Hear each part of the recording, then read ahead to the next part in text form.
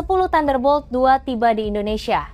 Nama pesawat serang darat legendaris milik Amerika Serikat ini mendadak ramai di lini masa, memicu spekulasi bahwa Indonesia tengah bersiap memasukkan A-10 ke dalam jajaran alutsista TNI AU.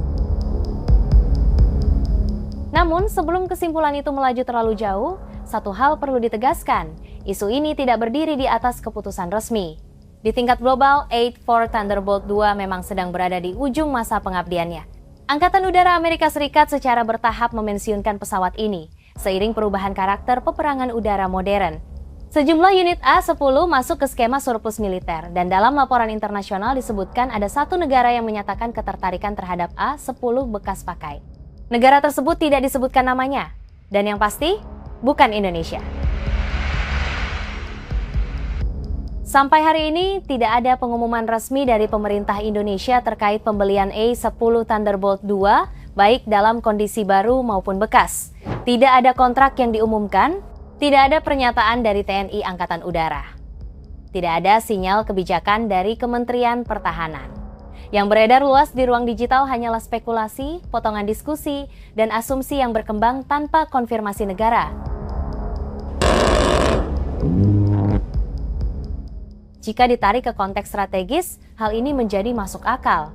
A-10 dirancang untuk satu medan tempur spesifik perang darat intensif dengan peran close air support yang sangat fokus.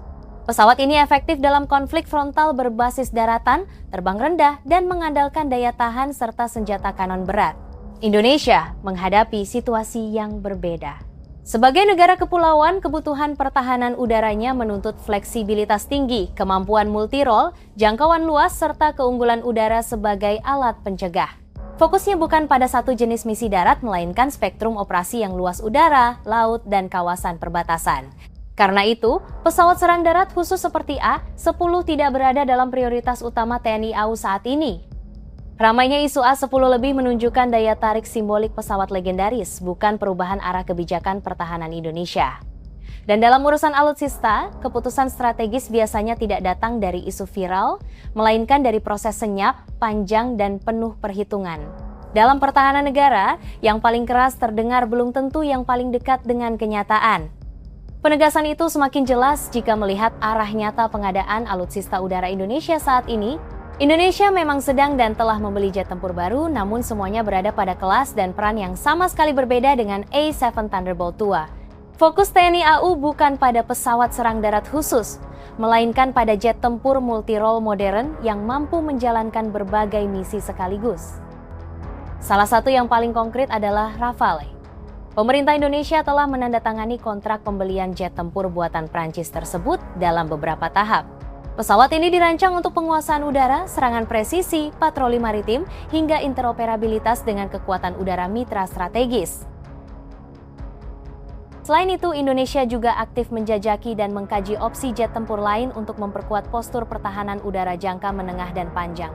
Seluruh pembahasan tersebut mengarah pada satu benang merah, fleksibilitas, teknologi modern, dan daya cegah strategis. Tidak satu pun dari proses itu mengarah pada A-10. Perbedaan pendekatan ini penting dicatat. A-10 adalah pesawat dengan spesialisasi tunggal close air support di medan darat terbuka, sementara jet-jet yang dipilih dan dikaji Indonesia adalah platform yang dapat beradaptasi dengan berbagai skenario, dari konflik intensitas rendah hingga pengamanan wilayah udara nasional.